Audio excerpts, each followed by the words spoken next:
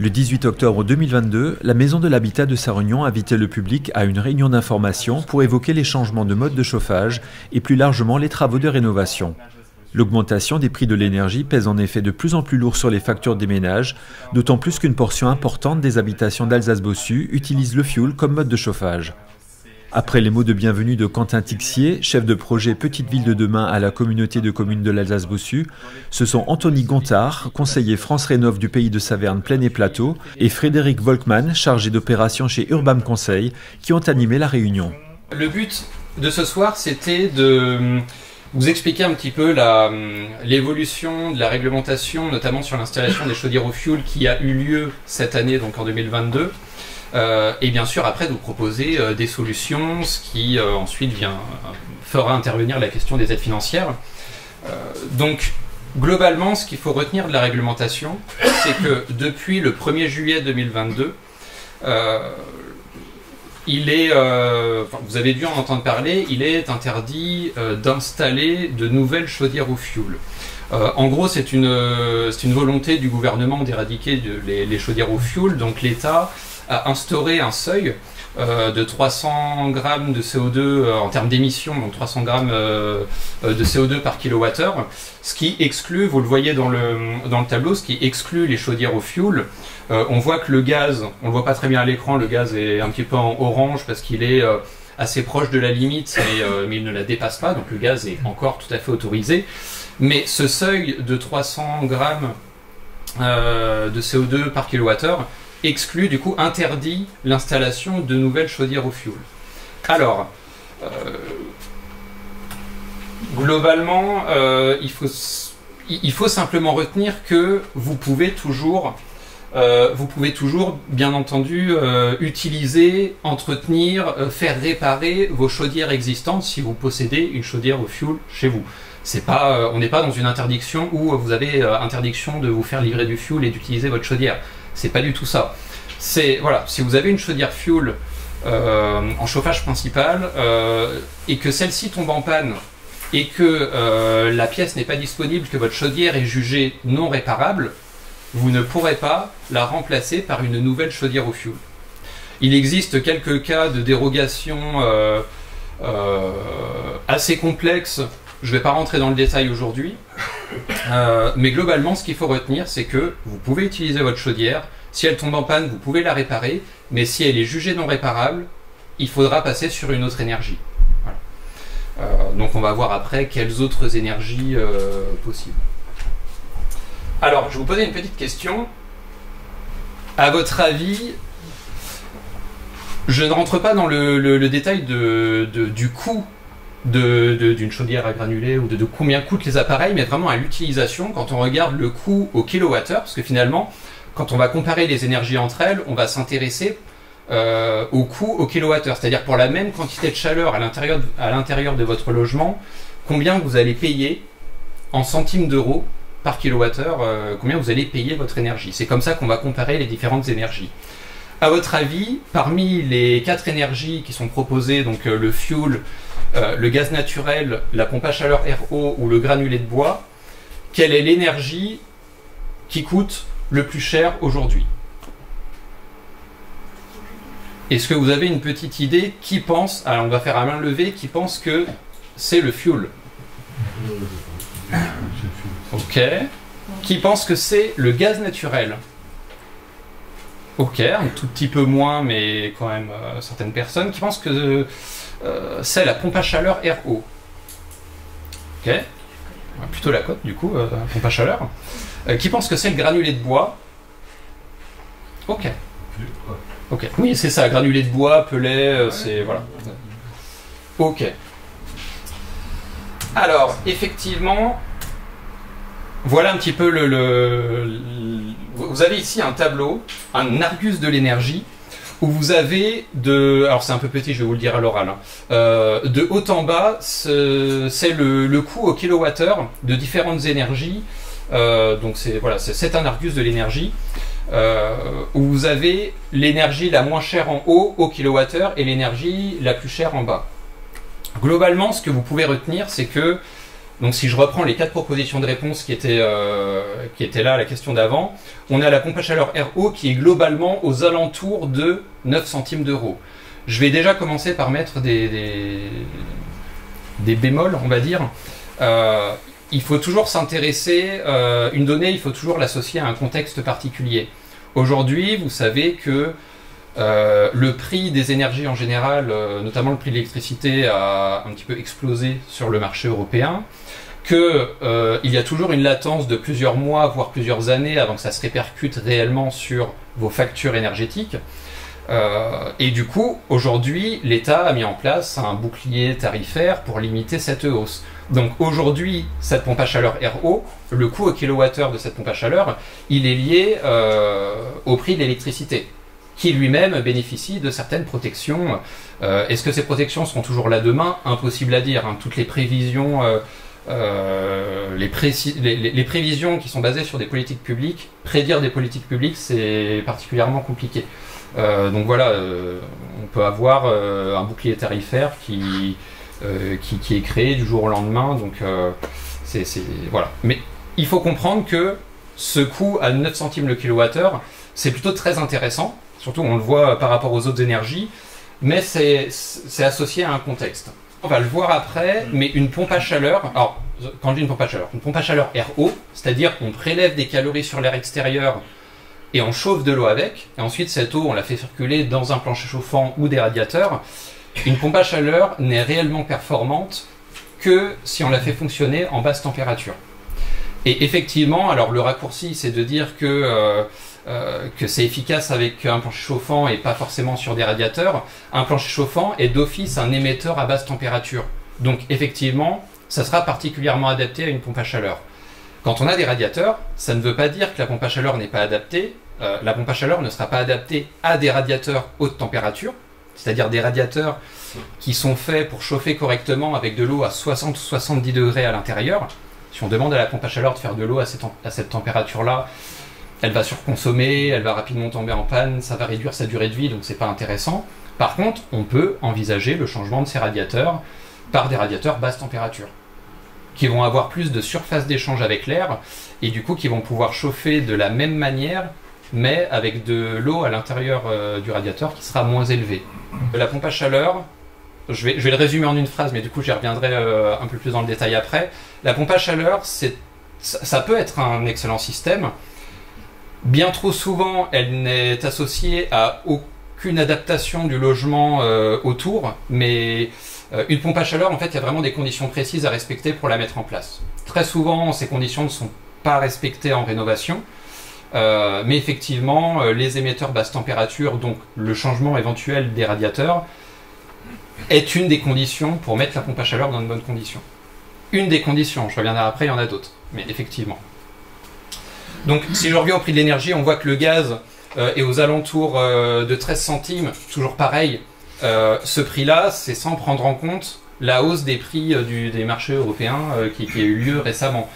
Encore une fois, on va avoir une latence de au moins 1 an, et ensuite tout dépend si vous avez un tarif bloqué sur plusieurs années sur vos factures, avant que vous ne le ressentiez réellement sur vos factures énergétiques. Donc voilà, quand vous comparez ce prix-là, il faut comprendre également dans quel contexte. Ensuite, on va avoir le granulé de bois. Alors, vous avez 2 types de granulés. Vous en avez un qui est à 14 centimes, un à 15 centimes.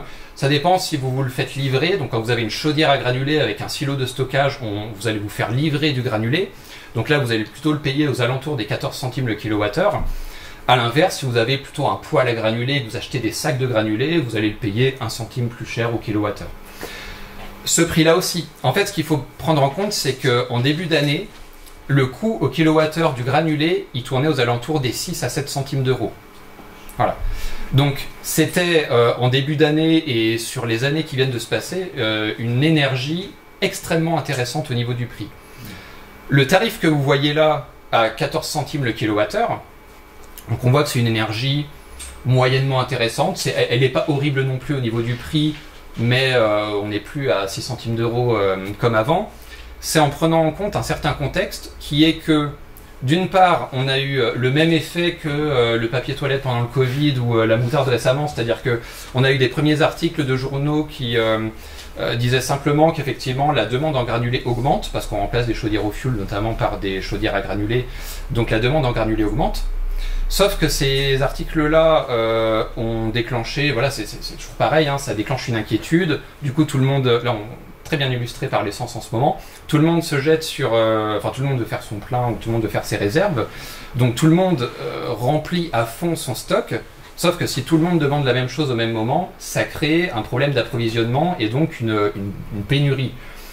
Aujourd'hui, on le sait, plusieurs articles sont sortis récemment pour dire que si la demande avait été similaire, enfin en tout cas répartie comme ça l'était sur les dernières années, il n'y aurait eu aucun problème d'approvisionnement en granulés. Le problème a été créé parce que tout le monde a voulu remplir son stockage durant l'été. Et ça a entraîné une hausse du prix. Donc, il n'y a pas que ça, bien évidemment, la hausse du prix de l'électricité entraîne une hausse du prix du granulé. Le granulé, il ne va pas revenir dans 6 mois à 6 centimes d'euros, bien sûr que non. Par contre, il faut comprendre que l'effet pénurie du moment peut avoir un impact négatif sur le prix du granulé. Et enfin, on a l'énergie dont on parle ce soir, le fuel, qui est du coup en ce moment même, voilà, aux alentours de 15 à 16 centimes pour être tout à fait exact en ce moment le kilowattheure. Donc même avec tout ce que vous avez pu entendre sur le granulé, où on peut aussi entendre des choses sur la pompe à chaleur avec la hausse de l'électricité, etc., le fuel n'est pas devenu une énergie intéressante même avec ce qui s'est passé notamment sur le granulé de bois. Voilà. Donc même si vous avez une chaudière à fioul qui fonctionne bien, vous pouvez quand même vous poser la question, déjà ne serait-ce que pour anticiper les choses, mais aussi tout simplement pour faire des économies. Enfin, vous voyez que toutes les énergies ne sont pas au même prix. Vous n'êtes pas forcément obligé d'attendre la fin de vie de votre chaudière actuelle pour envisager de passer sur une autre énergie. Est-ce que vous avez des questions sur ce que j'ai dit jusque-là? Est-ce que les pompes à chaleur ne sont pas souvent associées à une autre chaudière en complément? Vous pouvez avoir, en fait, la pompe à chaleur, donc le principe c'est qu'elle prélève des calories sur l'air extérieur pour chauffer de l'eau, mais paradoxalement, plus vous avez besoin de la pompe à chaleur, moins elle est efficace. C'est-à-dire plus son rendement va baisser. Donc on peut, en fait il faut nécessairement un appoint du coup. Cet appoint d'office, c'est une résistance électrique que vous avez dans le ballon, dans le ballon d'eau chaude. Mais vous pouvez, si vous avez une chaudière fuel, une chaudière à granulés, c'est plus rare, ou une chaudière gaz par exemple, admettons que vous êtes au gaz, vous voulez garder votre chaudière en appoint, elle peut se faire le relais de la pompe à chaleur. C'est-à-dire qu'en dessous d'une certaine température, où ça ne sera plus intéressant, ou moins intéressant en tout cas, de chauffer avec la pompe à chaleur, c'est la chaudière à gaz ou à fuel qui va prendre le relais. Néanmoins, ayez conscience que multiplier les systèmes, c'est multiplier les coûts d'entretien. Entre avoir 120 € d'entretien annuel et 300 € parce qu'on a multiplié les systèmes, bah, calculer la différence de prix sur 10 ou 15 ans, ça représente une petite somme. C'est comme, faites attention aux devis que vous établissez. Sur beaucoup de devis, automatiquement, on part sur une pompe à chaleur pour le chauffage, plus un chauffe-eau thermodynamique qui n'est ni plus ni moins qu'une pompe à chaleur dédiée à l'eau chaude sanitaire. Bah, multiplier les pompes à chaleur, c'est multiplier les coûts d'entretien aussi. Et multiplier les risques de panne et les problèmes techniques au passage. Mais voilà. Faut bien réfléchir, vous avez vraiment des cas techniques où ça peut être judicieux de multiplier les systèmes, mais dans d'autres cas de figure, pas forcément. Quel est l'intérêt alors de prendre une pompe à chaleur si ça ne suffit pas pour chauffer la maison? C'est pour un deuxième. Ce n'est pas que ça suffit pas, c'est que certains jours de l'année, on parle pas de, c'est pas 2 mois pendant l'hiver, mais certains jours de l'année, les jours les plus froids, effectivement, elle peut être, disons que soit on va se chauffer à la pompe à chaleur, mais on aura un tarif pas très intéressant parce qu'elle va consommer pas mal pour chauffer. Soit c'est fait par une chaudière relais, enfin un chauffage d'appoint. Après, Est-ce que c'est réellement intéressant d'avoir un système d'appoint à entretenir, à faire livrer du fuel si c'est au fuel, pour une semaine ou deux dans l'année?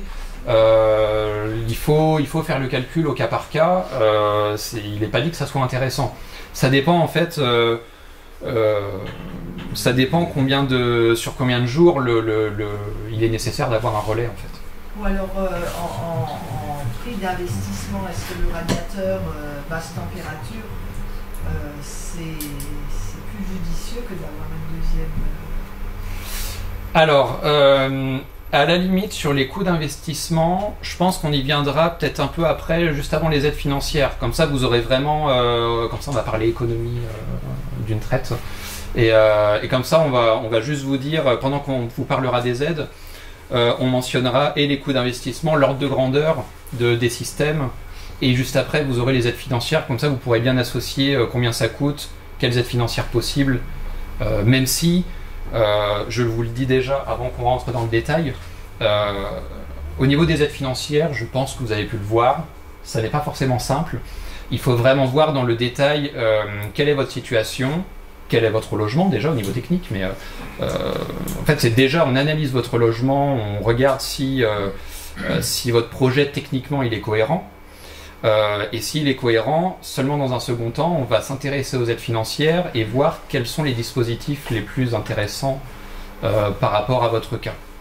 Ici, on va aborder des dispositifs, on va globalement ce soir vous dire qu'il existe des dispositifs, mais vous n'allez pas forcément revenir chez vous ce soir en sachant exactement à l'euro près combien vous allez avoir d'aides financières.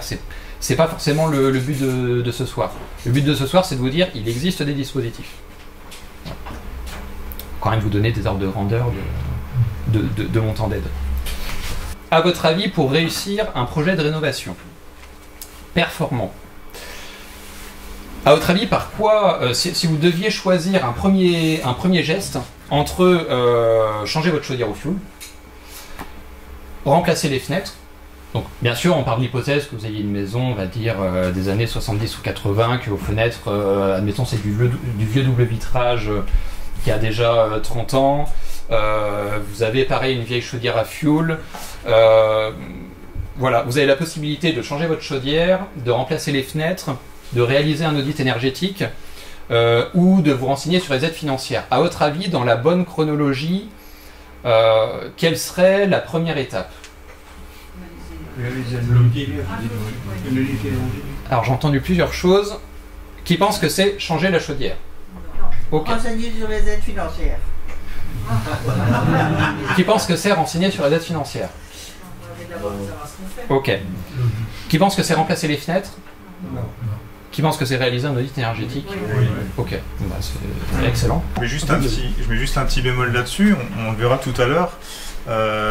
Ça peut être d'abord de se renseigner sur les aides énergétiques, puisque certains dispositifs propose des études thermiques. Alors, j'englobe dans les audits énergétiques également les études thermiques, ouais. Et du coup, qui peuvent être à titre gratuit. Hein. Donc, parfois, c'est plus intéressant de se renseigner directement sur les aides financières. C'est ça. Vous verrez que sur l'aide financière dont s'occupe Urbam Conseil, vous avez, en fait, c'est plus qu'une aide financière, vous avez un accompagnement qui va avec. Et cet accompagnement, eh ben, il va démarrer par justement la bonne étape, c'est de s'intéresser au logement lui-même, donc de faire une évaluation énergétique.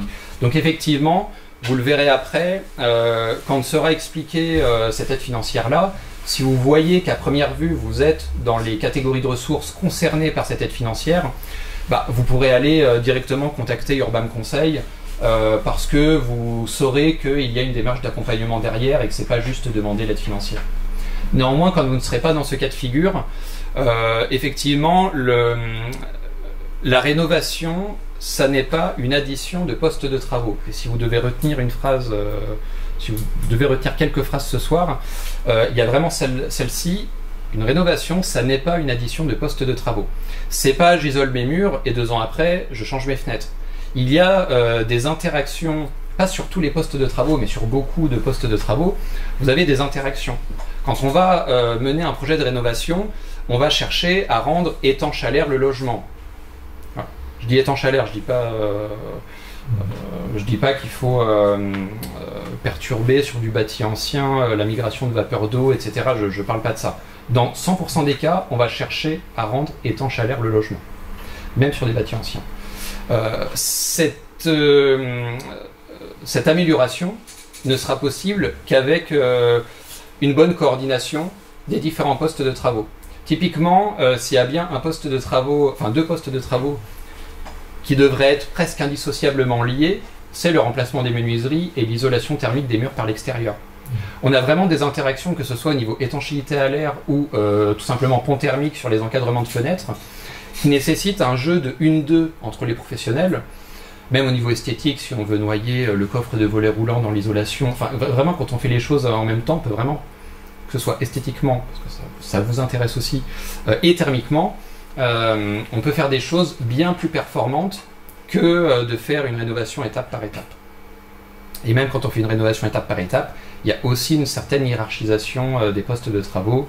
D'abord, on va réduire le besoin en énergie du logement, donc on va s'intéresser à l'enveloppe du logement, voilà, avec l'isolation de la toiture, ensuite la performance des murs, le sol, etc. Et une fois qu'on a réduit au mieux ce besoin en énergie, on va ensuite s'intéresser au système et voir comment on assure ce système-là. Si vous avez une chaudière à fioul, avant de la changer par une pompe à chaleur, ce que font beaucoup de gens sans trop se poser de questions, si vous isolez vos murs 2 ans après, ça va poser problème. Parce que votre pompe à chaleur, qui est un système très peu modulant, elle va être dimensionnée par rapport à un besoin énergétique. Donc si vous isolez vos murs derrière, vous changez ce besoin, vous allez considérablement le réduire, votre pompe à chaleur va se retrouver surdimensionnée, et elle va fonctionner, elle va mal fonctionner, elle va pas fonctionner à son bon rendement, ça va réduire sa durée de vie et elle va surconsommer. Ce qui n'est pas le but quand on installe, quand on dépense. On verra l'ordre de prix plus tard. Donc voilà, c'était tout simplement pour vous dire que d'une part, une rénovation globale, c'est vraiment plus performant qu'une rénovation par étape. Oui, ça coûte plus cher.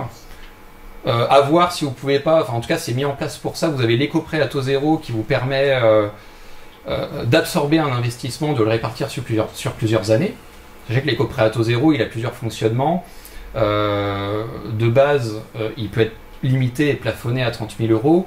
Quand vous faites une rénovation globale et que vous faites un audit énergétique, le plafond peut être rehaussé à 50 000 €. Voilà, juste au passage. Et même si vous ne faites pas une rénovation globale, si vous faites une rénovation par étape, vous avez quand même une chronologie, une hiérarchisation des travaux à faire. Et vous pouvez totalement venir à la Maison de l'Habitat, à France Rénov', ou si vous êtes éligible à l'accompagnement d'Urban Conseil, sollicitez cet accompagnement-là pour avoir ces conseils techniques et connaître un petit peu le détail de comment hiérarchiser un petit peu votre projet. Même une rénovation énergétique par étape, ça peut se planifier sur plusieurs années avec des bouquets de travaux. Voilà. Avant que je passe à la partie aide financière, est-ce que vous avez des questions techniquement? Qui fait un audit Des bureaux d'études ou des diagnostiqueurs, vous avez sur le site France Rénov', alors c'est france-rénov.gouv.fr, vous avez un annuaire RGE des artisans. RGE, ça veut dire reconnu garant de l'environnement, c'est une qualification, c'est notamment une qualification obligatoire pour le professionnel si vous voulez avoir les aides financières. Pour avoir les aides financières, il faut commencer par vous adresser à des professionnels qualifiés RGE. Et du coup... Pardon ? Ça vaut quoi? Ça vaut quoi? Vous voulez dire que vaut la qualification RGE? Un audit. Un audit? Ouais. La fourchette nationale conseillée par l'ADEME, qui est l'agence de la transition écologique, c'est entre 800 et 1200 €. Et pour vous faire un retour terrain, moi j'en ai vu, enfin ma fourchette, la fourchette que j'ai constatée démarre à 500 € et va jusqu'à 2500 €. Je pense qu'on peut dire que 2500 € c'est un petit peu élevé. Donc voilà, l'ADEME conseille entre 800 et 1200 €. Et du coup, comme on va aborder les aides financières derrière, j'en profite pour alimenter un petit peu, pour répondre notamment aux questions techniques de tout à l'heure. Effectivement, une pompe à chaleur, on voit que le tarif au kilowattheure est intéressant, c'est vrai, mais une pompe à chaleur est différente des autres systèmes de chauffage. Une pompe à chaleur n'est performante que si on la met dans des bonnes conditions. Ces bonnes conditions, j'en ai déjà parlé tout à l'heure, c'est déjà de la faire fonctionner à basse température. C'est le but de la pompe à chaleur. Elle n'est performante au niveau des coefficients de performance, elle n'est performante qu'à basse température. Donc avec un plancher chauffant ou des radiateurs qui sont à basse température. Ce qui souvent n'est pas le cas chez vous, ça veut dire embarquer le changement des radiateurs, ce qui va vous faire un surcoût qui dépend totalement du nombre de radiateurs que vous avez. Mais il faut l'embarquer dans le projet ou envisager un autre système de chauffage, une chaudière à granulés ou autre chose. Vous avez certains cas où si vous avez un plancher chauffant au rez-de-chaussée et des radiateurs à l'étage dans les pièces de nuit, on peut estimer que dans un premier temps, il n'est pas forcément obligatoire, pas forcément crucial de changer des radiateurs qui souvent ne sont même pas tellement utilisés. Évidemment, si vous n'utilisez quasiment pas vos radiateurs parce que c'est juste dans les pièces de nuit et qu'ils sont très peu utilisés, on va déjà voir sur un hiver, même si les radiateurs vont chauffer moins bien parce qu'ils ne seront pas adaptés à de l'eau à 45 degrés, on va déjà voir ce que ça donne avant de changer ces radiateurs-là. Par contre, pour les autres pièces utilisées en chauffage principal, ça sera nécessaire de les changer. Un petit mot sur les fameuses pompes à chaleur haute température qui fleurissent sur le marché depuis quelques temps. Ces pompes à chaleur-là sont des très grosses machines. Alors, l'argument de vente, c'est de dire, vous n'avez pas besoin de changer vos radiateurs, la pompe à chaleur va faire de l'eau à 60 ou 70 degrés.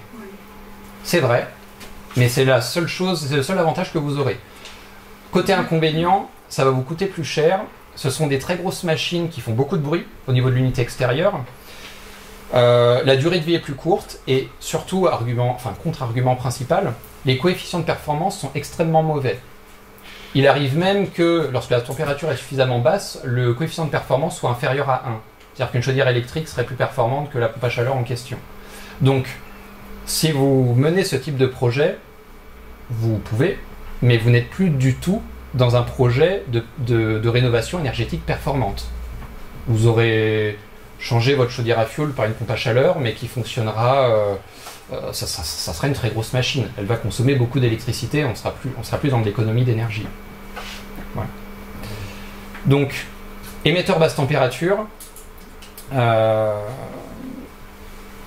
ne sais plus ce que j'ai dit d'autre, mais extrêmement important également, et du coup c'était la réponse à la question, le dimensionnement de la machine. Le dimensionnement de la machine sera extrêmement important dans votre projet. Généralement, ce qu'on constate, c'est que lorsque le particulier réalise un audit énergétique, il oblige de fait le chauffagiste à dimensionner son système sur l'audit, et généralement, ça vous fait gagner une puissance. Vous savez que les pompes à chaleur, sur une certaine marque, vous avez des gammes de puissance. Vous avez par exemple du 9 kW, du 12, du 14 et du 16, par exemple, ou alors du 9, du 13 et du 16. Généralement, faire un audit énergétique, ça permet de baisser d'une taille la pompe à chaleur. Donc déjà, vous avez directement une partie du coût de l'audit qui est répercutée sur le devis, parce que le devis devient un peu moins cher. Vous payez une pompe à chaleur qui est moins puissante. Mais c'est surtout qu'elle va être beaucoup plus adaptée, elle va durer plus longtemps, elle va fonctionner à son bon rendement. Donc ça ne sera que bénéfique pour vous. Pourquoi les chauffagistes ont tendance à surdimensionner? C'est parce qu'ils ont toujours eu l'habitude de le faire avec les chaudières à gaz, chaudières à fioul. Pourquoi? Parce que leur but, c'était avant tout que, même en période de grand froid, la chaudière puisse assurer le chauffage. Donc, pour que le client soit content, il faut qu'il ait chaud, entre guillemets, peu importe la consommation du système. Donc, ils font quand même un dimensionnement, mais qui n'est pas aussi précis qu'un audit énergétique. Donc, même s'ils font un certain dimensionnement eux-mêmes, souvent l'audit énergétique permet de gagner une taille, une gamme de puissance de pompe à chaleur. Voilà. Et si on a un projet plus ou moins lointain d'avoir un agrandissement dans une zone froide, une grange ou autre chose, c'est-à-dire que une chaudière au gaz permettait d'envisager un agrandissement sans changer forcément le système de chauffage. Ouais. Là, si on a une pompe à chaleur, en fait, il faut le dimensionner aussi par rapport au projet éventuel, entre guillemets. C'est ça. On aurait à 10 ou 20 ans. C'est ça. Il faut essayer d'anticiper au maximum les choses. Si on sait que... même, admettons, pour certaines raisons, je vais prendre un autre cas de figure, imaginez que votre chaudière tombe en panne vous devez la changer immédiatement, mais vous aviez envie d'isoler par l'extérieur vos murs, mais ça va pas se faire tout de suite, ça va se faire dans un an. Il faudra prendre en compte en fait l'isolation des murs en fait. On peut des fois anticiper les choses, enfin il faut au mieux anticiper les choses pour que la pompe à chaleur, même si elle ne sera pas forcément adaptée au logement pendant un an ou deux, elle le sera sur tous les autres années de sa vie. Pareil pour un agrandissement, si vous pensez que vous allez agrandir, effectivement, il faut essayer au mieux de le prendre en compte. Ce qui n'est pas toujours évident. Mais ouais. Il faut d'abord savoir de quoi on parle, sur quelle surface on parle, de quel volume on parle, pour ensuite adapter un système et bien le dimensionner. Est-ce que j'ai tout dit sur la pompe à chaleur? Est-ce que j'ai bien compris? Vous avez dit que quand on atteint les 200 mètres carrés, il faut abandonner la pompe à chaleur. Alors, c'est plus compliqué que ça, parce qu'il faut raisonner en termes de besoins énergétiques. Une maison de 200 mètres carrés, c'est rarement le cas en rénovation, mais isolée, performance, bâtiment basse consommation, ou une passoire énergétique, le besoin sera complètement différent. C'est pour ça que raisonner en termes de mètres carrés, c'est pas forcément le plus pertinent. Mais effectivement, pour vous donner un ordre de grandeur, quand on arrive sur une surface qui est supérieure à 170-180 mètres carrés, il faut commencer à se poser la question de la pertinence de la pompe à chaleur. Ça ne veut pas dire que la réponse sera forcément négative, mais c'est là où typiquement sur ce genre de bien, l'audit énergétique, il est cohérent. Parce que l'audit énergétique, il va vous calculer le besoin actuel du logement, il va vous calculer le besoin énergétique du logement en prenant des hypothèses de bouquets de travaux. Ça va également vous permettre de chiffrer les travaux par la même occasion. Souvent, les aides financières sont aussi calculées au passage. Ça vous donne beaucoup de réponses en audit énergétique.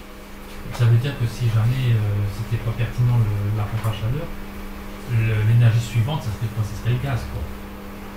Alors, globalement, dans les projets de remplacement de chaudière au fioul, on a principalement pompe à chaleur et chaudière granulée. Et des fois le gaz, mais le gaz, personnellement, je le vois beaucoup plus rarement. Beaucoup moins, depuis quelques mois. Ouais, on n'est pas tellement dans un contexte où le gaz est favorisé. C'est plus à la mode. Voilà. Je veux dire, si moi je suis au gaz actuellement, et l'intérêt, ça serait de passer à une pompe à chaleur, en étant à 170 mètres carrés ou 180 mètres carrés, ouais. Il n'y a pas forcément un intérêt flagrant d'évoluer sur la la première chose à faire, ce serait de faire un point sur l'isolation pour voir déjà comment on peut réduire le besoin. Parce que sur des logements comme ça, où on est sur des gros besoins lorsque c'est pas isolé, on va voir ce qu'il est possible de faire pour réduire le besoin. Une fois que ça c'est fait, on va, dans l'idéal, via un audit, calculer ce besoin et étudier, voir si économiquement c'est intéressant de passer sur une autre énergie ou pas. Des fois, c'est pas forcément intéressant et du coup, on va passer sur une chaudière gaz plus performante. Si on est sur une très vieille chaudière à gaz, il y a quand même des économies importantes à faire en prenant une chaudière gaz à très haute performance énergétique. Des fois, on peut carrément changer d'énergie. Encore une fois, et moi, mon but, ça n'est pas de vous dire la solution, c'est la pompe à chaleur ou la solution, c'est la chaudière à granulés ou la solution, c'est encore autre chose. Ce que je vous ai dit sur les tarifs tout à l'heure, c'était pour alimenter votre réflexion. Et votre choix d'énergie dans le contexte actuel, il sera forcément basé sur des hypothèses. Sur comment va évoluer le prix du gaz. Pour les personnes qui sont au gaz naturel, il y a clairement une partie où vous allez devoir faire des paris. Parce que le prix du gaz, je vous l'ai montré à 13-14 centimes, et c'est comme ça qu'il est indiqué quand vous recherchez le coût au kilowattheure. Mais il s'est passé des choses sur les marchés européens qui vont se voir d'ici un an et demi. Mais je ne peux pas vous dire si est-ce que ça va faire passer le prix du gaz de 13-14 centimes à 16 centimes ou est-ce que ça va le faire passer à 25 centimes le kilowattheure. Moi, je suis incapable de vous le dire aujourd'hui. Et personne. Et vous êtes aussi engagé sur des durées avec des tarifs bloqués ou lorsque vous allez renouveler votre contrat, voilà, ça sera plus la même.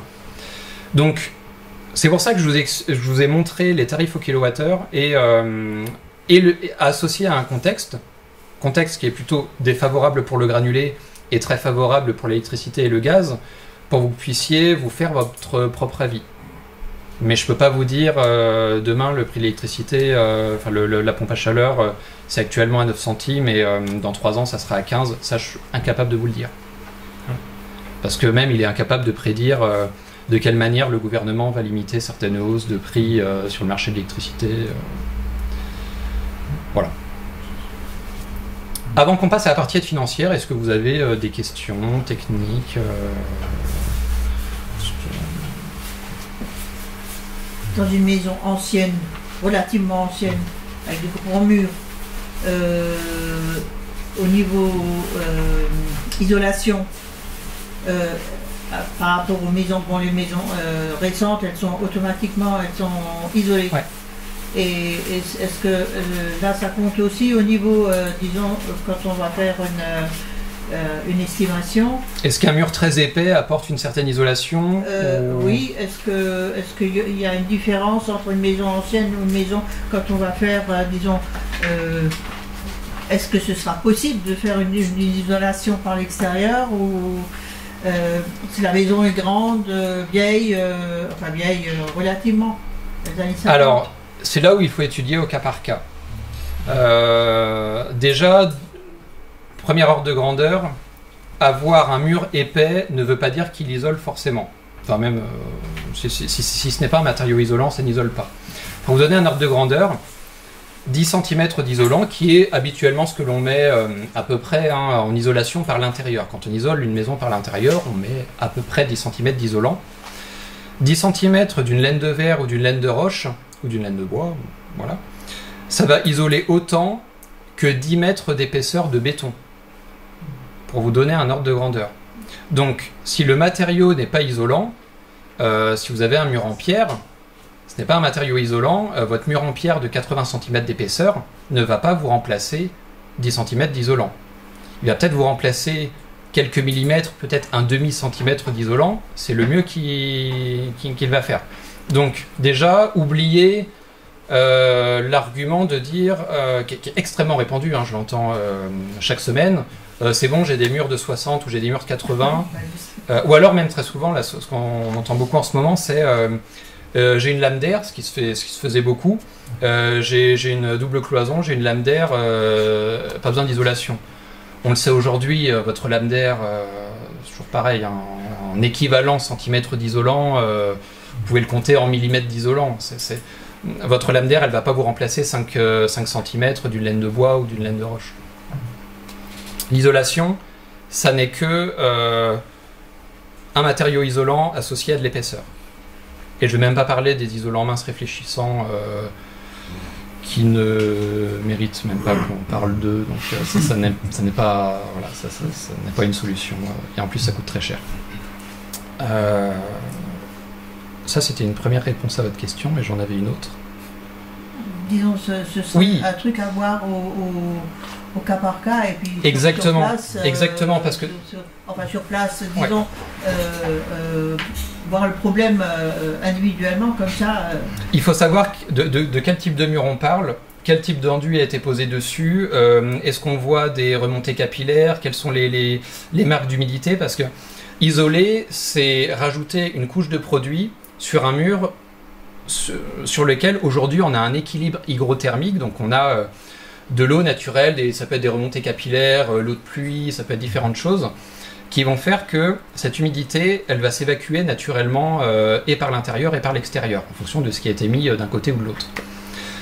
Rajouter un isolant et un enduit associé sur un mur de ce type-là, c'est un risque de déséquilibrer cet équilibre hygrothermique.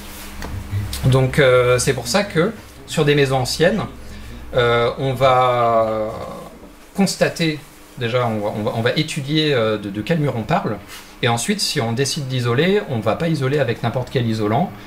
Donc, vous pouvez déjà éliminer le polystyrène, le polyuréthane, donc ce que font 95% des entreprises, et on va choisir des isolants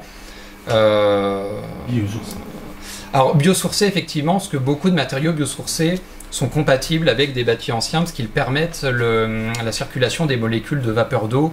Donc l'humidité qui peut remonter par capillarité par exemple peut continuer à s'évacuer à travers le matériau isolant et à travers l'enduit si on n'a pas mis un enduit non perspirant. Et vous éliminez le polystyrène même en intérieur? Oui. Avec du polystyrène de 10 cm par exemple en intérieur, ça c'est pas une solution. Alors pour plein de raisons, le polystyrène n'est pas une solution.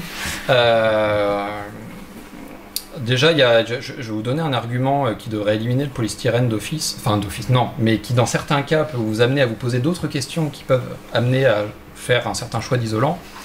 D'un point de vue phonique, tout simplement, en fonction ça dépend des produits de polystyrène. Mais ce qui est moins posé aujourd'hui, mais le polystyrène blanc que vous aviez l'habitude de connaître, c'est un matériau qui participait à augmenter la conductivité phonique de la paroi. C'est-à-dire que en rajoutant une couche de matériau qui va très bien vibrer, qui va très bien conduire le son, ça va participer à ce que vous allez entendre plus facilement les bruits de la rue. Alors généralement on cherche plutôt à les atténuer. C'est moins vrai avec d'autres types de polystyrène un peu plus utilisés aujourd'hui mais qui ont d'autres inconvénients comme le polystyrène graphité, le polystyrène un petit peu gris. C'est un petit peu moins vrai sur celui-ci, où soit il est neutre, soit vous avez certains produits qui améliorent extrêmement légèrement la qualité phonique, mais rien à voir avec la pose d'une laine de roche ou d'une laine de bois, où là on va vraiment être sur un matériau qui isole phoniquement la paroi. Ensuite, on va également éviter, parce que cet équilibre hygrothermique, il se fait par l'extérieur, mais il se fait aussi par l'intérieur, donc quand on ajoute du polystyrène, on rend totalement étanche l'un ou l'autre des côtés du mur. Donc on va bannir ce type de produit sur une maison en pierre, en terre crue, etc. Et par exemple, sur la maison, c'est une vieille maison, il y a un pan de mur où il y a certainement une isolation de 5 cm. Ouais. Côté extérieur. En polystyrène ? En polystyrène. D'isoler à l'intérieur, est-ce que c'est du coup proscrit ou est-ce qu'on peut quand même penser mettre la laine de verre ou laine de roche?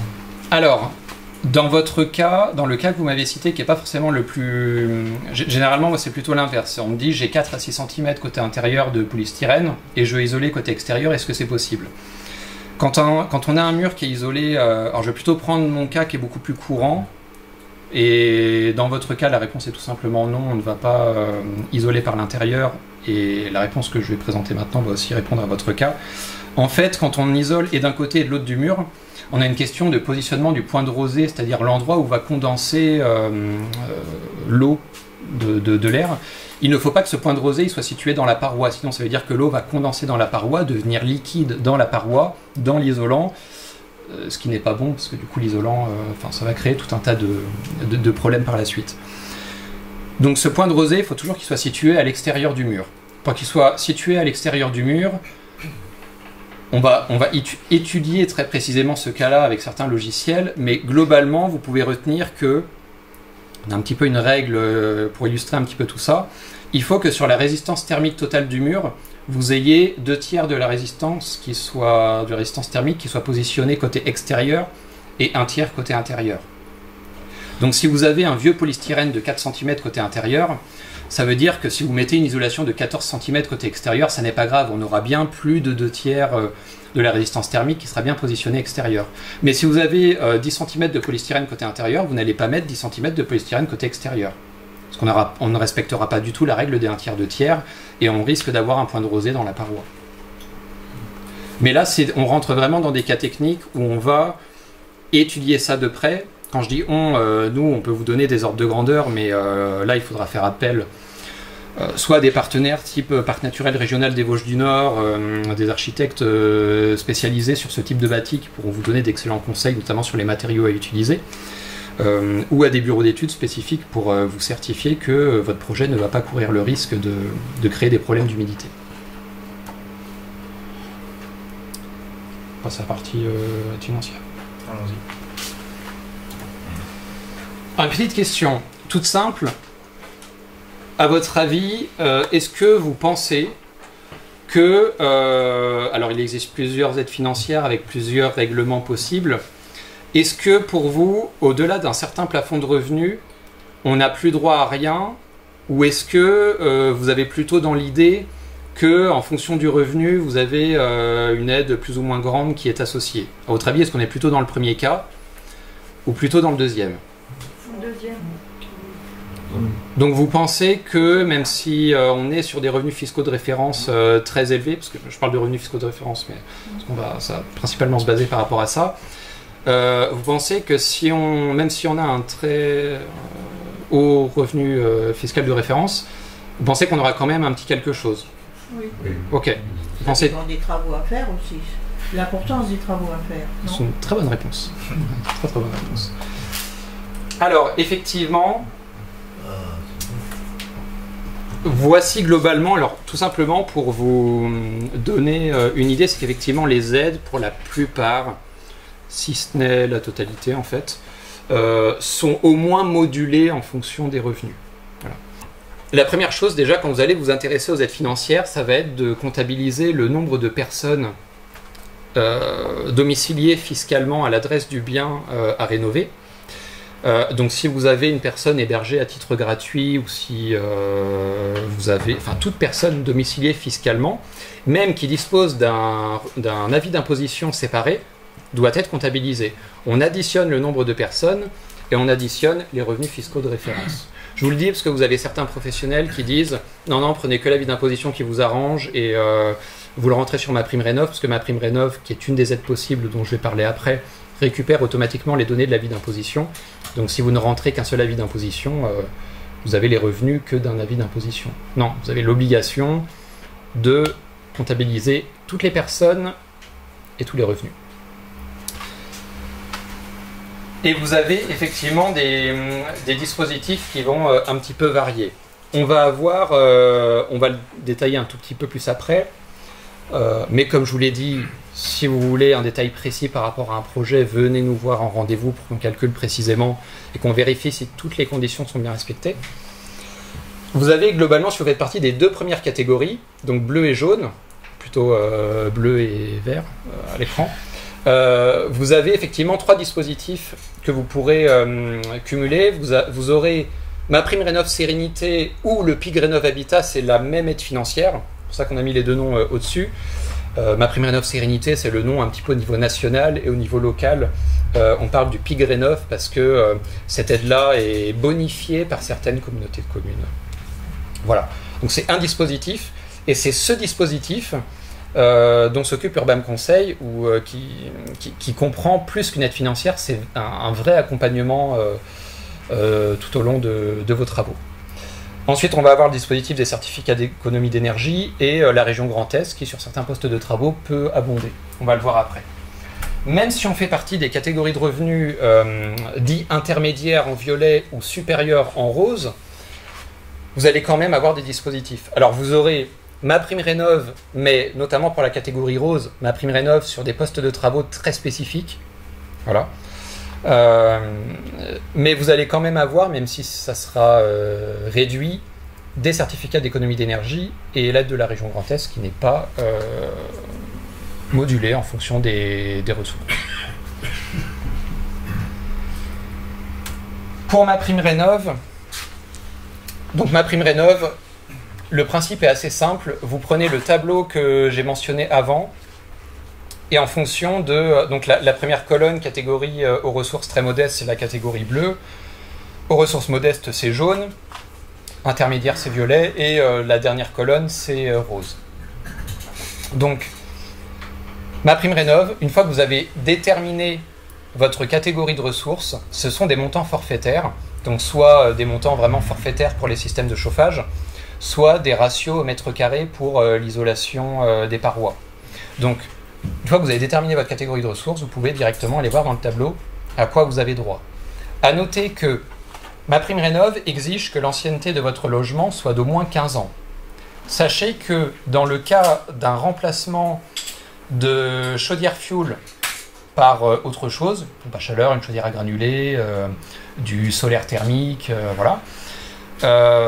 Et si vous associez l'enlèvement de la cuve à fuel dans votre projet, c'est-à-dire on enlève la chaudière, on enlève la cuve à fuel et on met un nouveau système, vous n'avez plus cette condition d'ancienneté du logement de 15 ans, ça passe à 2 ans. Donc si vous avez un logement récent C'est de fait rarement le cas, mais si vous avez un logement récent de moins de 15 ans avec une chaudière au fioul, il est possible de quand même remplacer cette chaudière au fioul et d'avoir MaPrimeRénov'. Or, pour les autres postes de travaux, il faudra au moins 15 ans d'ancienneté pour MaPrimeRénov'. Donc vous pouvez voir que dans votre réflexion, il faut voir le côté technique, mais vous pouvez aussi voir le côté économique. Vous voyez que les aides ne sont pas du tout les mêmes en fonction de chaque système. Si je prends quelqu'un en ressources très modestes, il peut avoir 11 000 € avec une chaudière à granulés, là où il n'aura que, entre guillemets, 5 000 € pour une pompe à chaleur. Les aides ne sont pas les mêmes en fonction des postes de travaux. Ça arrive assez souvent d'ailleurs pour les deux premières catégories de ressources, qu'on ait des devis où la chaudière à granulés se retrouve plus chère que la pompe à chaleur. Mais une fois qu'on a déduit les aides, comme elles ne sont pas du tout équivalentes, le reste à charge pour la chaudière à granulés se retrouve bien inférieur que pour une pompe à chaleur. Il faut raisonner en termes de reste à charge. Mais c'est pour inciter les gens à prendre tel ou tel... oui. Oui, c'est pour... tout à fait. C'est pour orienter le choix des ménages. Tout à fait. Pas faisable partout. Oui, il est vachement orienté. C'est pas faisable partout. C'est pour ça que on va d'abord regarder le côté technique. C'est pour ça que je disais tout à l'heure, le côté financier, c'est l'étape numéro 2. Mais l'étape numéro 1, c'est déjà, il faut voir les solutions techniques adaptées à votre logement. C'est pas parce que la chaudière à granulés est bien financée pour quelqu'un en catégorie bleue qu'il faut forcément prendre la chaudière à granulés. Il faut d'abord voir le côté technique. Donc voilà, sur les systèmes par rapport au sujet d'aujourd'hui, vous voyez que la particularité de la dernière catégorie de ressources, c'est qu'elle ne donne rien, si ce n'est sur l'isolation où on a un peu quelque chose. Pas beaucoup. Mais sinon, c'est... voilà, vous voyez les montants, c'est dégressif en fonction des catégories de ressources. Ça, c'était pour vous donner un ordre d'idée. Donc voilà, on a... alors, je mentionne juste que... Alors là aussi, je vais mettre sous réserve de la loi de finances qui sera votée généralement entre Noël et le jour de l'an et qui détermine un peu les enveloppes pour MaPrimeRénov', enfin pour les différentes aides financières. En l'état, au jour d'aujourd'hui, je peux vous dire que les 1 200 € pour la chaudière à gaz et les 800 € pour les ménages très modestes et modestes, ce n'est que jusqu'au 31 décembre de cette année. C'est zéro si rien ne change à partir du 1er janvier. Et juste au passage, je pense que les montants seront probablement revus, mais les 11 000 €, enfin toutes les aides financières sur la chaudière à granulés et la pompe à chaleur RO bénéficient d'un bonus de 1 000 €. C'est-à-dire que la chaudière bois, au lieu d'être à 11 000, c'était 10 000. Pareil pour la pompe à chaleur, au lieu d'être à 5 000, c'était 4 000. Au mois d'avril est apparu un bonus de 1 000 € sur ces systèmes-là, qui théoriquement n'est valable que jusqu'au 31 décembre. Donc théoriquement, au 1er janvier, ça repasse à 4 000 pour un très modeste en pompe à chaleur, et à 10 000, toujours pour un très modeste en chaudière granulée. Mais vous n'êtes pas sans savoir que c'est particulièrement au cœur de l'actualité, et donc vous avez beaucoup de débats, et il va y avoir beaucoup de débats dans les mois qui viennent entre nos députés pour déterminer le projet de loi de finances dont va être dépendant MaPrimeRénov'. Donc les montants que je vous montre là peuvent être revus du fait qu'on en parle beaucoup en ce moment.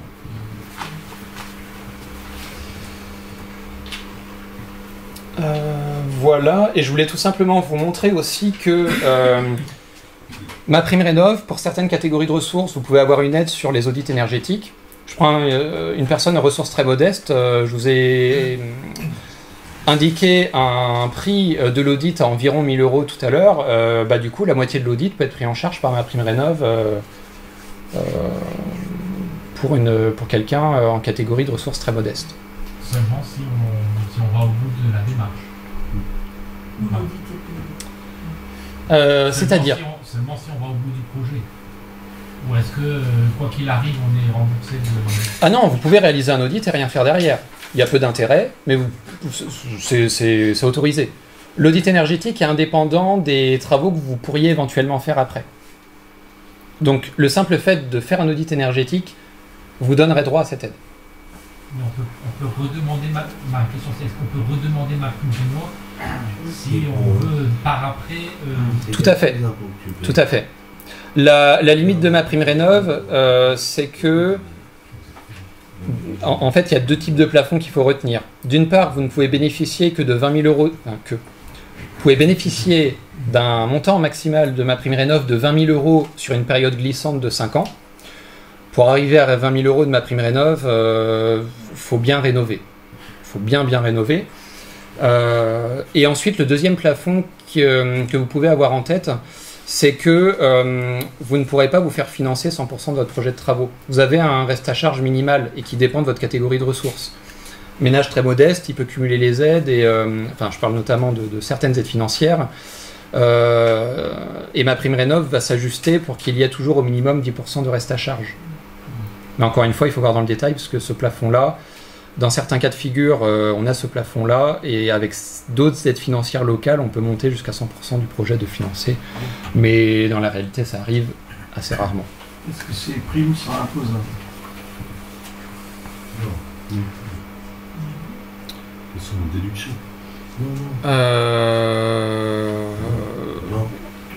Je n'avais pas eu la question ou pas depuis très longtemps. Je ne pense pas. Mais je ne vais pas vous donner une réponse sûre à 100%. N'hésitez pas à me recontacter, je vérifierai l'information pour vous donner vraiment une réponse à 100%. Voilà. La dépose de la cuve à fioul s'ajoute au montant que je vous ai présenté avant. Un ménage en revenu très modeste peut avoir 1 200 euros pour l'enlèvement de la cuve à fioul. Souvent, ça coûte moins que ça, donc évidemment, si ça coûte 800 euros, on n'aura pas 1 200 euros de prime.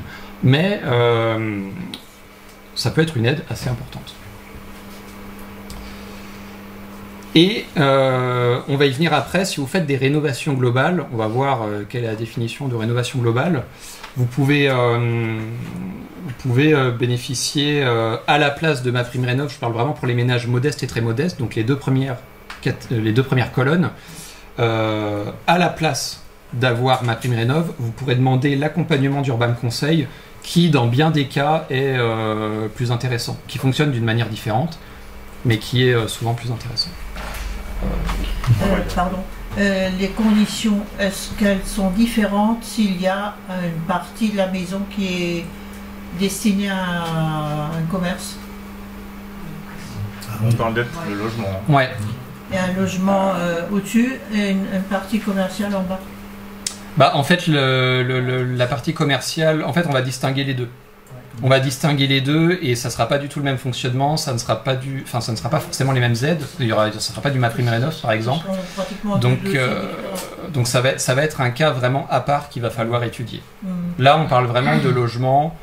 D'ailleurs je ne l'ai pas dit, hein, mais MaPrimeRénov' ça fonctionne pour un propriétaire occupant, pour un propriétaire bailleur. Les SCI ne sont pas éligibles. Et les personnes, quand on a des cas d'usufruit ou de nue propriété, l'usufruitier peut être éligible, le nu propriétaire ne l'est pas. Et les personnes en indivision, c'est possible, il faut remplir un petit papier, il y a un petit peu d'administratif en plus, mais ça se fait. Et en copropriété, est-ce que ça s'applique aussi? Alors, vous avez, on ne vous le présentera pas ce soir, mais vous avez MaPrimeRénov' copropriété, qui est encore un autre fonctionnement qui est vraiment dédié à la copropriété. Où voilà, c'est vraiment fait pour toutes les actions communes, c'est-à-dire vous allez isoler un immeuble de l'extérieur, vous allez changer la chaudière collective, ça sera MaPrimeRénov' copropriété.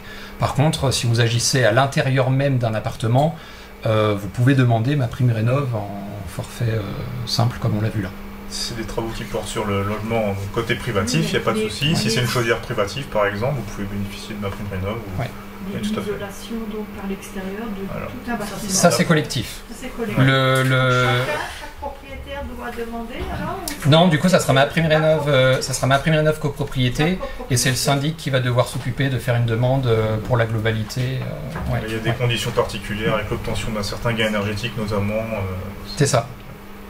Mais ce n'est pas un choix, c'est-à-dire que c'est pas où vous avez MaPrimeRénov' copropriété où vous pouvez demander MaPrimeRénov' pour l'isolation des murs par l'extérieur. En fait, vos murs extérieurs sont considérés comme un bien commun et de fait, ça relève de MaPrimeRénov' copropriété. J'ai un peu une question. On entend un peu tout et n'importe quoi sur les réseaux sociaux, sur Internet. Est-ce qu'on a effectivement un effet pervers des aides de l'État sur le montant des devis? Je pense à la pompe à chaleur qui typiquement va coûter 12 000 balles et qu'on va systématiquement nous vendre à 16 000 parce qu'il y a 4 000 d'aides. Un peu les effets pervers, effectivement. Est-ce que c'est pareil qu'à l'époque du crédit d'impôt ou ça s'est empiré depuis? Alors, je dirais que ce qui a fait surtout du mal, c'est ce qui s'est passé sur toute l'année 2022. En fait, depuis tout ce qui s'est passé d'un point de vue très très large et l'augmentation générale du coût de la vie, je vais vous donner un exemple, l'isolation des murs par l'extérieur pour une maison individuelle. On était aux alentours des 130-150 euros du mètre carré, je vais prendre une isolation par l'extérieur des murs en polystyrène. Ça coûtait, avant 2022, 110 à 130 euros le mètre carré.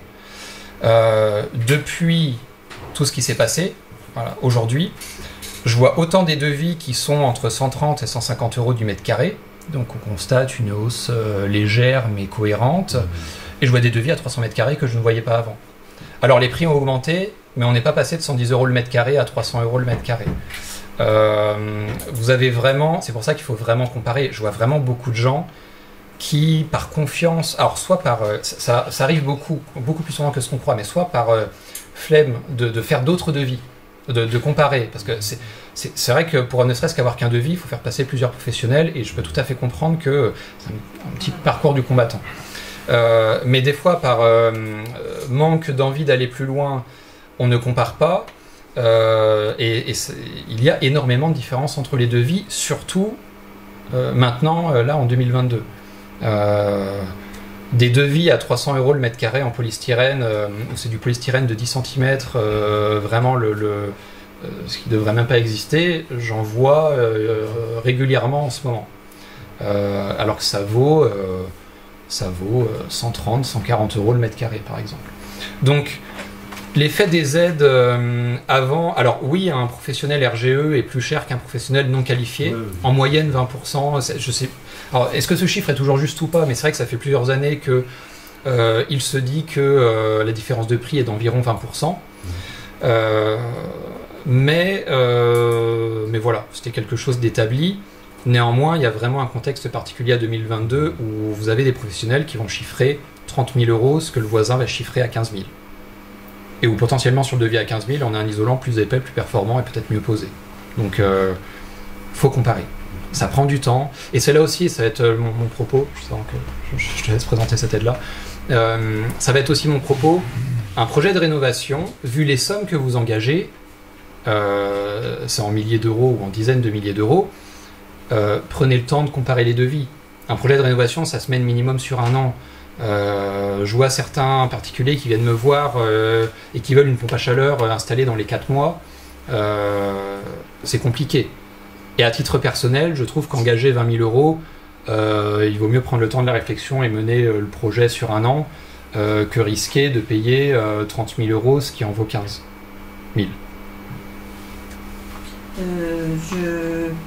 Juste une parenthèse, j'ai fait faire un devis pour double vitrage pour les fenêtres. Et le monsieur, quand il m'a ramené le devis, il m'a dit, voilà, mais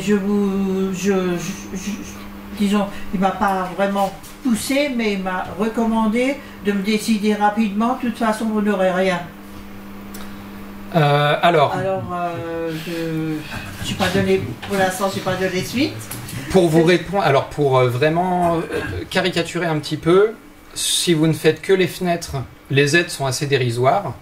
Par contre, et c'est une excellente transition avec cette aide financière-là, si on associe ce poste de travaux à au moins autre chose, alors dans l'idéal une isolation de mur parce que qualité de la pose, étanchéité à l'air, pont thermique, c'est indissociablement lié. Là, on aura des aides beaucoup plus intéressantes, voire vraiment très intéressantes avec le PIG. Dépenses plus intéressantes, pas plus conséquentes possible. Pardon? Je veux dire, vous changez les fenêtres, ok. Ouais. Vous dites, voilà, les aides sont minimes, Ouais. mais elles sont plus intéressantes si vous isolez la maison. Mais bon, je veux dire, c'est pas le même coût non plus, quoi. C'est pas le même coût, mais l'aide financière sera pas la même non plus. Et l'aide financière, vous allez le voir après, va fonctionner et sur l'isolation et sur les fenêtres. Oui. Il faut voir le reste à charge. Oui. Oui. Exactement. Exactement. Le reste à charge. Voir le reste à charge, et si vous faites un audit énergétique, vous savez d'avance le temps de retour sur investissement de votre projet par rapport à juste changer les fenêtres. Je rappelle que les fenêtres, d'un point de vue général, vous les changez davantage pour un gain de confort que pour un gain énergétique, hein. Je sais que l'idée, c'est très répandu il y a 10 ans, comme quoi c'était la première chose qu'il fallait faire, il fallait changer les fenêtres. On sait aujourd'hui que la majeure partie des déperditions, c'est pas par les fenêtres hein, qu'elles passent. Les fenêtres, vous allez surtout les remplacer pour éliminer les sensations de parois froides ou l'associer justement à des isolations de murs pour améliorer l'étanchéité. Mais juste changer les fenêtres sur des murs non isolés où il y a seulement 4 cm d'isolant, c'est un petit peu de gain de confort, pas tellement de gain énergétique. J'allais rajouter autre chose, mais je l'ai oublié. Ça n'est pas grave. Ça n'est pas grave. Je te laisse parler. Ok. Je vous ai coupé. Il n'y a pas de souci. Alors jusqu'ici, on vous a parlé de l'aide MaPrimeRénov', hein, comme on l'a vu, ce sont des aides forfaitaires, travaux par travaux. Et là, je vais vous présenter un autre dispositif qui s'appelle le PIG Rénov' Habitat. PIG comme programme d'intérêt général. C'est un dispositif qui est porté par la collectivité européenne d'Alsace et par l'ANA, l'Agence nationale de l'habitat, sur tout le territoire de la CEA, et donc y compris sur le territoire de la Comcom de l'Alsace-Bossu. Donc les deux principales différences avec l'autre dispositif, c'est qu'ici on va cibler les projets de rénovation globale, puisqu'on va exiger un gain énergétique de 35% minimum. Et puis c'est un dispositif là qui s'adresse uniquement aux catégories de ménages qui ont des ressources modestes et très modestes. Donc nous, Urbain Conseil, on est missionné par la CEA pour vous accompagner sur ce dispositif-là. Et c'est un accompagnement gratuit, hein, à la fois technique, financier et administratif. Dans le cadre de ce dispositif-là, on intervient évidemment pour la grande majorité de nos actions sur les travaux d'économie d'énergie, donc la lutte contre la précarité énergétique, mais on accompagne également les propriétaires bailleurs qui ont des projets de logement locatif et qui souhaitent conventionner leur logement avec l'ANA, et également sur d'autres actions un peu plus spécifiques comme la lutte contre l'habitat indigne. Je pense qu'on peut passer à la slide suivante qui sera bien parlante. Donc comme je l'ai dit, deux conditions principales pour ce dispositif-là. Avoir des conditions de ressources modestes et très modestes, et ensuite une éco-conditionnalité. Il va falloir qu'on atteigne un gain énergétique de 35%. Comment on vérifie que notre programme de travaux nous permet ce gain énergétique-là? Eh bien, on en a parlé en réalisant une étude thermique. Et dans le cadre de ce dispositif-là, elle est prise en charge par le département et par l'ANA. On vous propose ici un exemple d'une rénovation accompagnée dans le cadre de ce dispositif-là. C'est un propriétaire qui habite à Sarre-Union et qui est venu nous voir initialement avec un projet qui consistait à remplacer sa chaudière fioul de 30 ans par une chaudière granulée et à remplacer ses fenêtres. On a donc réalisé l'audit énergétique et le thermicien qui est intervenu, il s'est rendu compte que les combles n'étaient pas isolés. Les combles, par rapport au remplacement des fenêtres, c'est vraiment un poste prioritaire hein, quand on veut avoir un projet global de rénovation. Donc on lui a fait plusieurs simulations et il s'est rendu compte qu'en fait avec tous ces aides-là, le reste à charge lui a permis, en plus de son projet initial, eh bien, d'isoler les combles et en parallèle d'isoler également ces murs par l'extérieur. Donc on précise ici que ça a été financé en dehors de ce dispositif-là, puisque le PIG Rénov' Habitat, en fait, qui est MaPrimeRénov' Sérénité, finance jusqu'à 30 000 € hors taxe de travaux. En dehors de ça, vous pouvez tout à fait bénéficier de l'aide MaPrimeRénov' dont on a parlé tout à l'heure, et c'était le cas ici, le propriétaire a pu bénéficier d'une aide pour l'isolation de ses murs. Donc ici on a le détail du coût de l'opération et des aides proposées par les différents financeurs. Donc je le reprécise, hein, l'isolation thermique des murs ici n'est pas concernée. Donc on avait un projet total à environ 40 000 € TTC. Pour ce propriétaire-là qui est très modeste, l'aide de l'ANA, l'Agence nationale de l'habitat, s'élève à 18 000 €. Donc c'est 60% du montant hors taxe des travaux, qu'on finance jusqu'à 30 000 €. Hein, donc. Au niveau de la classe énergétique, on est passé de la classe énergétique avant travaux G à une classe énergétique D après travaux. Donc le propriétaire a également bénéficié de ce qu'on appelle une prime de sortie de passoire thermique à hauteur de 1 500 €. Et donc l'intérêt de ce programme, c'est qu'en plus des aides de l'ANA, hein, les aides nationales de l'ANA, sur votre territoire, vous avez en plus un abondement des collectivités. Donc la collectivité européenne d'Alsace, qui abonde à hauteur de 2 000 € dans cet exemple. Également la communauté de communes de l'Alsace-Bossu, avec une subvention à hauteur de 2 000 € également. Et la ville de Sarre-Union qui participe à la même hauteur, 2 000 € également. Il se trouve qu'ici, c'était un propriétaire retraité. Les caisses de retraite participent également au financement de certains travaux. Et donc, ça lui a permis d'avoir une aide supplémentaire de 3 000 €. Depuis cette année, ce dispositif-là, MaPrimeRénov' Sérénité, est également cumulable avec les certificats d'économie d'énergie qui ont ici été valorisés à hauteur de 4 000 €. Donc, sur ce projet d'environ 40 000 € de travaux TTC, le propriétaire a bénéficié de 32 500 €, donc 82% du montant des travaux. Voilà. Sans compter donc les économies d'énergie dont va bénéficier ce propriétaire par la suite. Qu'est-ce qu'il a fait installer comme chauffage? C'est une chaudière granulée là, dans ce cas-là. Ouais. En termes de chronologie, entre le moment où on a besoin de réaliser l'investissement à la base et le moment où on va récupérer les subventions, on est sur quoi comme délai? Donc à partir... Le délai, il faut compter 1 an. Enfin, ça dépend du projet, ça dépend. Si vous venez déjà avec des devis, forcément on va pouvoir aller plus vite, etc. Mais on peut compter entre 6 mois et 1 an en fonction du projet. Pour récupérer les subventions. Oui, tout à fait. Et c'est récupérable en crédit d'impôt ou là c'est... Non, ce sont des aides directes. Oui, tout à fait. Pour revenir à la question des fenêtres du projet qui coûte plus cher si on associe l'isolation, pour un ménage très modeste, donc je me mets dans la catégorie de ressources,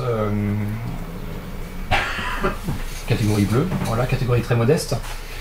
Si vous demandez MaPrimeRénov' classique, donc ce qu'on a vu avant, déjà ce n'est valable que si vous remplacez du simple vitrage. Si vous avez un vieux double vitrage des années 80, vous n'êtes même pas éligible à MaPrimeRénov'. Et vous auriez à côté 35-40 € par fenêtre de certificat d'économie d'énergie. Donc autrement dit, pas grand chose. Vous l'associez à une isolation des murs, toujours pour un ménage très modeste, on peut avoir minimum, je dis minimum parce que vous pouvez avoir des aides locales qui s'additionnent, 50% du projet, enfin du montant hors taxe du projet qui peut être pris en charge.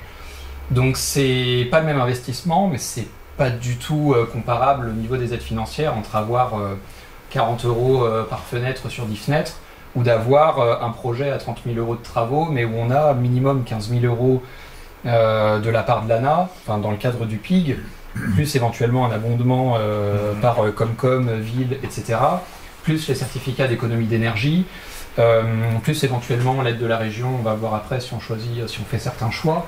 Donc on peut arriver, avec un projet à 30 000, on peut arriver à plus de 20 000 € de subvention. Donc le reste à charge est effectivement pas du tout le même, mais les économies d'énergie générées derrière ne sont aussi pas du tout les mêmes. Là on le voit, il a globalement divisé par 3 ses consommations énergétiques. Est-ce que vous avez été convaincu par la rénovation globale? Des questions peut-être sur ce dispositif-là en particulier? Certaines sociétés proposent de dire les aides ne passent pas par vous, on est mandataire et du coup vous n'avez pas besoin d'avancer 40 000 €, vous payez simplement le reste à charge. Tandis que là finalement en fait je comprends qu'il faut quand même avancer 40 000 € et rembourser par la suite un an après. Alors il y a des entreprises mandataires, ça c'est surtout pour MaPrimeRénov'. Dans ce dispositif-là, effectivement, il faut normalement payer la totalité des travaux et ensuite vous recevez le paiement des subventions. Alors il existe un partenariat avec un organisme qui s'appelle Procivis, qui, je parlerai presque au passé, qui permettait de proposer des avances de subventions, effectivement, mais ça fonctionne plus très bien en ce moment. Voilà. Les enveloppes de ce partenaire-là sont bien dépassées, et pour l'instant, on freine fortement les dossiers avec Procivis. Donc on ne propose plus actuellement. Sur le papier, vous avez l'éco-prêt à taux zéro que j'ai mentionné un petit peu tout à l'heure. On est dans un contexte un peu compliqué. L'éco-prêt à taux zéro, théoriquement, c'est une aide de l'État qui passe par certaines banques qui ont conventionné avec l'État. Vous en avez des dizaines et des dizaines. Généralement, toutes celles que vous connaissez ont conventionné. Celles qui ne le sont pas, ce sont les banques en ligne, des choses un petit peu spécifiques. L'éco-prêt à taux zéro, à la base, sert justement à faire le tampon et à avancer les sous pour ensuite étaler le remboursement, au moins le temps de percevoir les aides financières. Sur le papier, la banque n'est pas censée, alors sauf cas de surendettement, de taux d'endettement, de choses que je ne maîtrise pas mais que votre banquier maîtrise très bien, théoriquement, il n'est pas censé pouvoir vous refuser un éco-prêt à taux zéro. Je sais que dans la pratique, c'est un petit peu différent. Si vous avez le cas de figure, n'hésitez pas à revenir vers nous. On fera les signalements nécessaires auprès de l'État pour débloquer la situation. Généralement, en fait, ça dépend des banques, mais ça dépend même des banquiers au sein d'une même banque. Donc, si vous rencontrez un cas un petit peu compliqué, n'hésitez pas à nous le signaler. Généralement, si vous vous montrez un petit peu informé et un petit peu déterminé, bon, ils comprennent que voilà, ils ont essayé au début de vous rediriger vers un produit de la banque. S'ils voient que ça marche pas, en principe, voilà, ça fonctionne. Mais si vraiment vous avez un cas où vous êtes complètement bloqué, bah revenez vers nous pour qu'on voit si c'est un motif officiel pour ne pas délivrer l'éco-prêt à taux zéro ou si ils vous doivent cette aide-là. Mais il y a certainement des freins au niveau âge. C'est comme dans tous les prêts que vous demandez, quand on a un certain âge, c'est niet. Hein, ce qui va se passer, c'est que la banque, n'ayant pas le droit de vous refuser le prêt pour ce motif-là, va vous imposer une assurance qui va vous décourager de mobiliser les prêts à taux zéro. Mais pareil, si vous êtes dans ce cas-là, je ne dis pas qu'on aura la solution pour débloquer la situation, mais venez quand même nous voir, on étudie ça, on pose la question aux bonnes personnes et au moins on ressort avec une réponse définitive, au moins pour que vous soyez sûr qu'il n'y a rien à faire, ou sinon on vous apporte une solution. Est-ce qu'il y a des systèmes de garant du coup pour l'éco-prêt à taux zéro? Par exemple, dans le cas où on a plus de 60 ans, est-ce qu'on peut faire appel aussi à une famille ou autre? Ça, je ne sais pas. C'est une très bonne question. Il faudrait que je me renseigne effectivement pour ça. Ouais. J'ajoute aussi pour ce dispositif-là en particulier, pour faciliter les financements, on peut demander des demandes d'acompte à l'ANA. C'est-à-dire qu'on peut réaliser une partie des travaux, l'ANA demande au minimum 25%, et à partir de là, on peut déjà demander le versement d'une partie des subventions, ce qui nous permet d'enchaîner après par la suite avec les autres travaux. Voilà. Pour passer très vite, on l'a mentionné juste avant, mais vous avez le dispositif des certificats d'économie d'énergie. Globalement, c'est un dispositif qui est délivré par les fournisseurs d'énergie, Total, EDF, Butagaz, etc. Ça n'a rien à voir avec vos abonnements d'énergie. Ils sont là pour... c'est un peu péjoratif de le dire comme ça, mais ils sont là pour remplir des quotas. En fait, vous, en rénovant, vous allez générer des certificats d'économie d'énergie qui vous appartiennent et qui ne servent à rien. Donc vous allez les céder à un fournisseur d'énergie qui, en échange de lui remplir ses quotas, il va vous verser une prime. Dans le cadre d'un remplacement de chaudière à fioul hors condensation, donc qui n'est pas à condensation, vous avez un bonus, parce que cette aide-là, de base, vous pouvez avoir des différences de prix, des différences de montant d'aide entre les différents fournisseurs d'énergie. Vous avez à l'intérieur même du dispositif des C2E, les certificats d'économie d'énergie, le coup de pouce chauffage. Le coup de pouce chauffage, il va imposer aux fournisseurs d'énergie de vous octroyer une aide d'au moins 2 500 € ou 4 000 € selon vos revenus, si vous remplacez une vieille chaudière à fioul par une pompe à chaleur ou une chaudière à granulés. ou un système utilisant l'énergie renouvelable. Donc ça peut être une aide intéressante en plus à ajouter.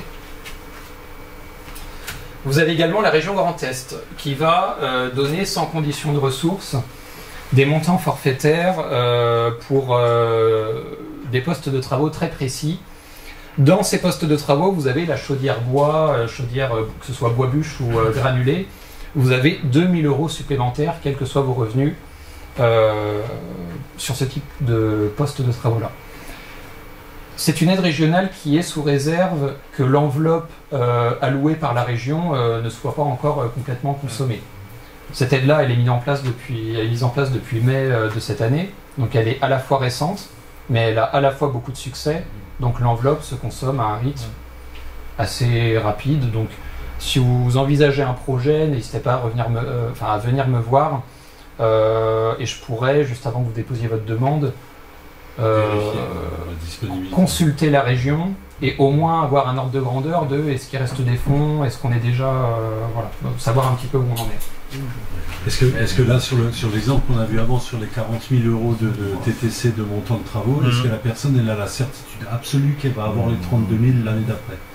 Ah oui, sur le programme, oui, c'est un programme annuel, c'est différent là, il y a un accord en fait qu'il faut... Tout à fait, oui. La plus grande incertitude, alors je dirais que c'est d'abord la région, parce que ça dépend de l'enveloppe. Ensuite, je dirais les C2E, donc l'aide qu'on a vue juste avant, parce que ça va dépendre des fournisseurs d'énergie, mais on peut avoir des complications sur certains dossiers. C'est pour ça que je vais vous encourager, alors déjà, des choses toutes bêtes que je n'ai pas dit jusque-là. Les aides financières sont à demander lorsque vous avez vos devis, vous savez sur quel devis partir, mais qu'ils ne sont pas signés. C'est à ce moment-là que vous allez faire d'abord votre demande de certificat d'économie d'énergie et ensuite votre demande MaPrimeRénov'. Sauf dans le cadre du PIG où vous pouvez aller voir le PIG comme on l'a vu pour être accompagné dès le début. Mais globalement, les demandes d'aide, c'est d'abord les C2E, ensuite MaPrimeRénov' et avant de signer les devis. Voilà. En faisant ça, vous serez sûr d'éviter les différents pièges. L'aide de la région, c'est la seule aide que vous pouvez demander totalement après travaux sans n'avoir rien fait avant travaux. Mais il faut juste voir au niveau du budget, au niveau de l'enveloppe de la région, si elle n'est pas totalement consommée. Elle ne prend pas les pompes à chaleur aéro là? Non, effectivement, pompe à chaleur géothermique, c'est très spécifique. Je n'ai jamais le cas ici. Mais non, ça n'est pas les pompes à chaleur RO. Voilà, c'est vraiment de la géothermie, c'est bien spécifique.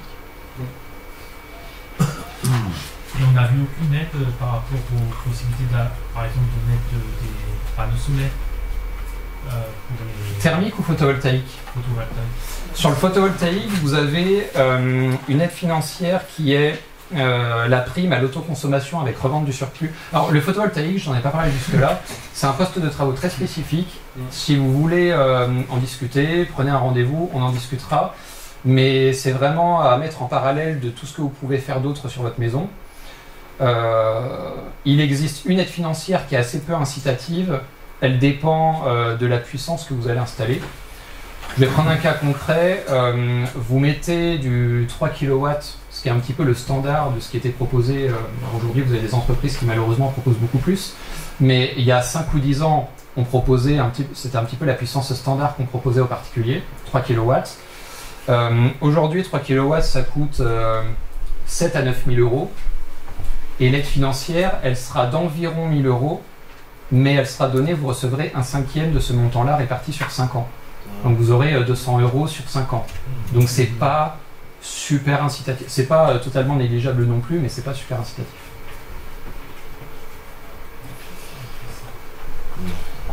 En plus de l'électricité que tu revends en surplus ou pas? C'est la revente, le tarif de 10 centimes effectivement que vous pouvez bénéficier de la revente, ça vient en plus, effectivement. Et c'est un tarif dégressif du coup si tu dépasses les 3 kW crête, c'est ça? En fait, en fonction de la puissance, l'aide sera réduite et le tarif de revente au-delà d'une certaine puissance va également passer à 6 centimes d'euros au lieu de 10. Ouais. Donc c'est moins intéressant. Ouais. En fait, ce qu'il faut vraiment retenir, alors je vais vous donner directement la conclusion de ce qui mettrait 30 minutes à expliquer en rendez-vous pour rentrer dans le détail. Il est intéressant d'autoconsommer de l'électricité pour éviter de payer 1 kWh du réseau à 17 ou 18 centimes si on compte toutes les taxes. Par contre, la revente, c'est un tarif qui est fixé par la loi à 10 centimes d'euros. Ça n'est pas intéressant de produire de l'électricité pour le revendre à 10 centimes. Donc installer 9 kW sur votre maison, si c'est une maison qui n'a pas de jacuzzi ou de piscine ou des consommations électriques très spécifiques, ça n'a que peu d'intérêt. Parce qu'en fait, vous allez avoir votre premier, votre deuxième, éventuellement votre troisième kilowatt qui va vous faire de l'électricité à 17 centimes, parce que ça va vous éviter de payer 17 ou 18 centimes. Le quatrième jusqu'au 9e kilowatt installé ne va vous servir qu'à faire de l'électricité revendue à 10 centimes. C'est pas comme ça que vous allez rentabiliser votre installation.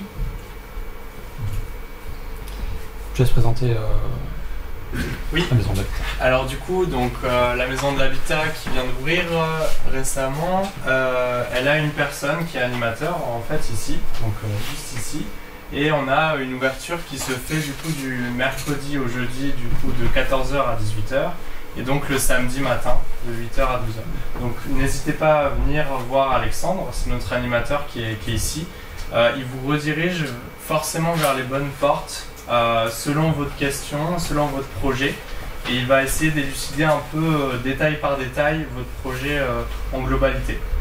Donc je ne sais pas si tu peux passer... Oui, voilà, donc ça c'est un guichet unique, une redirection vers les différents partenaires parce qu'en fait on en a de plus en plus, ils sont très nombreux, on a une dizaine de partenaires qui viennent ici, donc vraiment en fonction de votre projet. Donc n'hésitez pas, hein, ça peut vraiment varier du tout au tout. Donc on pourra voir en détail les différents partenaires sur la slide suivante. Voilà. Donc des permanences d'acteurs du coup le jeudi et le mercredi en fonction de votre projet encore une fois. Là on va montrer le panel des différents acteurs, donc on le voit pas très bien, mais on a notamment par exemple, on le disait tout à l'heure, le parc naturel régional des Vosges du Nord. Donc nous on a conventionné avec le PNR et aussi le CAUE. En fait c'est des projets d'ordre plutôt architectural ou patrimonial. Donc si vous avez vraiment une question sur par exemple un projet d'extension comme monsieur le citait tout à l'heure, un projet d'aménagement ou même les bons matériaux à utiliser sur la bonne surface ou au niveau de son mur, etc. Ça sera vraiment une belle porte d'entrée qui va vraiment vous donner un conseil privilégié, une visite aussi sur site, donc au sein de votre bâti. Et ce qui est intéressant, c'est que maintenant, avant on pouvait conseiller que sur le bâti avant 48, mais maintenant on a aussi le conseil après 48. Donc toutes les maisons après 1948, vous allez toquer à la porte de la maison de l'habitat, on vous redirige vers les personnes du coup associées, à savoir le CAUE, pour conseil d'architecture et d'urbanisme et d'environnement. On a aussi tous les enjeux d'ordre juridique, administratif, voire fiscal, si vous avez un projet d'investissement, si vous voulez aussi avoir des conseils en tant que propriétaire bailleur par exemple, il n'y a aucun souci, il y a aussi l'ADIL, donc l'agence départementale d'information et du logement. Ça sera une belle porte d'entrée sur tout ce qui est type d'aide juridique, financière et du coup administrative aussi. On a également l'ATIP, donc ça c'est on va dire une agence d'ingénierie qui aide les collectivités, notamment les mairies, sur tout ce qui est instruction d'urbanisme. Sachant que dans la plupart des projets, par exemple de ravalement de façade, ça nécessite aussi au moins une déclaration préalable de travaux. Donc ça, les gens ne le savent pas forcément, mais c'est aussi quelque chose d'intéressant pour savoir si on est conforme avec la loi et conforme avec les règles de sa commune, parce qu'on a aussi tout l'enjeu aussi patrimonial de sa commune. Donc je ne sais pas si beaucoup d'entre vous habitent à Sarre-Union, mais par exemple à Sarre-Union, dans le centre-bourg, on a des monuments historiques. Ça peut être aussi le cas ailleurs. Et du coup, le but, c'est de privilégier son patrimoine, toujours en accord avec le patrimoine de sa ville. il y a toujours aussi possibilité de venir en parler au sein de la maison de l'habitat pour plus de détails, sachant que c'est souvent problématique. On a aussi ce problème donc avec ce périmètre des bâtiments de France, mais ça peut aussi devenir une force par la suite. On a aussi donc Octave et la région Grand Est qui peuvent être aussi comment dire, en assistance de maître d'œuvre, de maîtrise d'œuvre, pardon, sur la rénovation globale. Donc il y a des forfaits qui sont octroyés par la région, donc peut-être qu'on en a parlé tout à l'heure, pas vraiment par rapport à ces forfaits-là, mais en gros, Octave, enfin peut-être que tu peux expliquer Anthony, parce que tu t'y connais peut-être mieux que moi par rapport à ça. Alors Octave, c'est une société donc créée par la région, donc c'est une société qui relève du champ concurrentiel, mais créée et pilotée par la région Grand Est. Son rôle, c'est de remplir, en fait la région a des objectifs de rénovation globale sur la thématique de la transition énergétique. Octave est là pour répondre à ces objectifs-là, notamment en matière de rénovation globale. Donc, Octave n'intervient que sur des rénovations d'au moins 3 lots de travaux, et elle va non pas vous apporter une aide financière à vos travaux, mais un accompagnement. Un accompagnement complet qui démarre de l'audit énergétique, qui passe par la définition du projet de travaux, l'établissement comme d'une consultation, comme un appel d'offres auprès des entreprises qualifiées de votre secteur. Avec vous, avec le maître d'ouvrage, les entreprises sont sélectionnées et ça peut même aller jusqu'au pilotage du chantier, jusqu'à la réception des travaux. C'est vraiment une prestation complète. Ce qui est particulièrement intéressant, sans rentrer dans le détail des tarifs, la région Grand Est met en place une aide financière à l'accompagnement qui peut marcher sur un accompagnement Octave, du coup. Cette aide financière, elle est selon les revenus de 4 ou 5 000 euros, donc c'est une aide financière très conséquente. Selon vos revenus, l'accompagnement Octave peut vous laisser un reste à charge de 1 000 à 2 000 euros. Et dans ces 1 000 à 2 000 euros, vous avez déjà un audit énergétique de pris en charge. Il y a plein de choses que je n'ai pas présentées dans l'accompagnement Octave. Le fait qu'ils s'occupent des dossiers d'aide financière, qu'ils ont un partenariat privilégié avec un fournisseur d'énergie qui permet de bonifier un peu plus les certificats d'économie d'énergie. Voilà, il y a des petites choses comme ça. Donc c'est vraiment fait pour des personnes qui ont un besoin d'accompagnement sur une rénovation globale. Très bien. Donc voilà. Donc là, on a aussi l'accompagnement des projets ambitieux, entre guillemets, ou complexes. Ça peut être, par exemple, la réhabilitation globale d'un grand bâtiment en cœur de ville, par exemple, ou même la réhabilitation d'un îlot complet. Donc ça, c'est vraiment des accompagnements qui sont faits vraiment au cas par cas.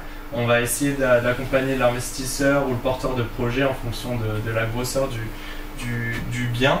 Mais sachez que voilà, les collectivités sont présentes par rapport à ça. Ça peut être vraiment des gros projets d'envergure. Et enfin, on a aussi Alsace Habitat qui permet aussi d'accompagner soit les propriétaires bailleurs sur le locatif social, soit les locataires directement.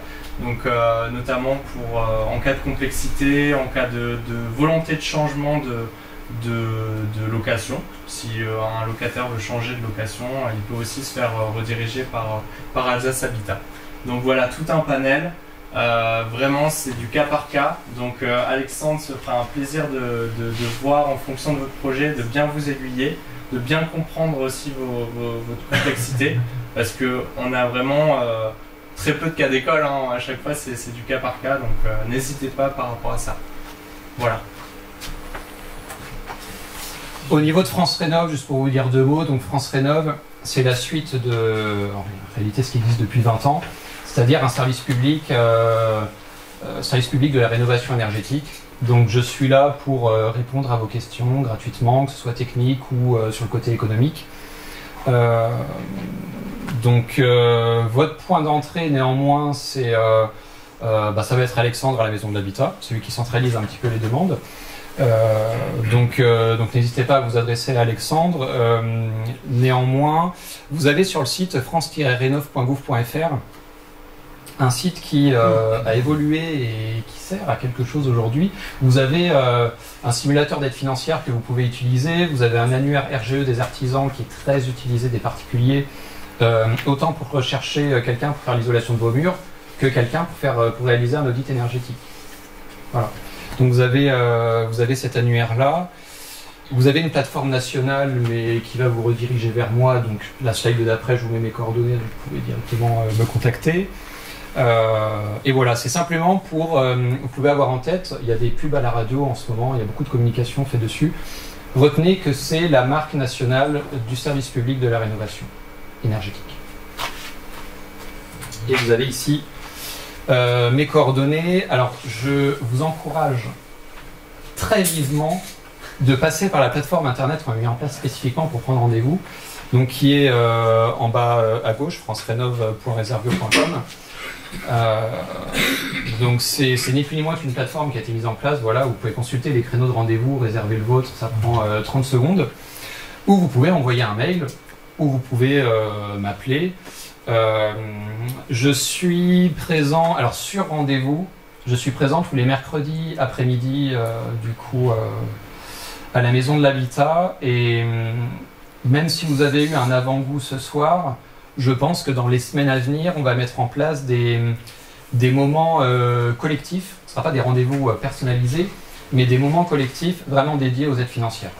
Voilà. Parce que plutôt que de faire 3 rendez-vous où j'explique les mêmes aides pour 3 ménages différents, on va vous réunir autour d'une même table et on va échanger et balayer tous les cas un petit peu particuliers pour vous expliquer un petit peu en détail les aides financières. Vous pouvez tout à fait venir avec vos devis, etc. C'est pas encore en place, c'est un projet, mais je pense qu'il a de très très fortes chances de voir le jour dans les semaines, mois qui viennent. Voilà. Oui, vous avez ici nos coordonnées. Donc, moi, ce que je vous invite à faire, si jamais vous êtes dans les catégories de ressources modestes et très modestes, peu importe votre projet de travaux, même si à l'heure actuelle vous n'avez pas en tête un gros projet de rénovation, je vous invite quand même à nous contacter. Donc on est 2 de chez Urbain Conseil à intervenir sur le territoire de la Comcom. Ma collègue Madame Le Templier et moi-même. Vous avez ici nos numéros de téléphone. Donc pour rappel, notre bureau c'est Urbain Conseil. On tient également des permanences ici à la Maison de l'Habitat, donc tous les premiers jeudis du mois de 16h à 17h30. Et également une permanence à Drolingen, là c'est le 3e jeudi de chaque mois de 16h à 17h30 à la Maison France Service.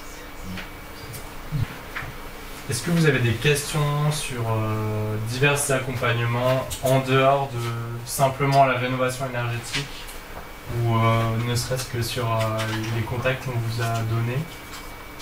Là, pour avoir un rendez-vous, on peut s'adresser directement ici? Vous venez sans rendez-vous, du coup, ici, directement auprès d'Alexandre. Et puis après, du coup, ça sera sûrement par rendez-vous par la suite, avec un conseiller bien orienté. En sachant que c'est mercredi après-midi, jeudi après-midi et samedi matin. D'accord. Merci. En sachant qu'Alexandre, au-delà même de vous rediriger vers le bon contact, peut aussi vous donner un premier niveau d'information, notamment sur les aides financières, notamment si c'est du monolo, c'est-à-dire si vous avez un projet d'un poste de travaux, par exemple changer 3 fenêtres, il pourra totalement vous renseigner sur les aides existantes, vous donner les montants. Voilà, donc n'hésitez pas à passer par Alexandre pour être bien redirigé et avoir vos informations. Ok. C'est tout bon? Pas d'autres questions en particulier? Ok. Bon, dans tous les cas, on se tient à votre disposition à partir de maintenant, si vous avez des questions individuelles. Merci. Et on vous remercie beaucoup. Merci pour votre écoute.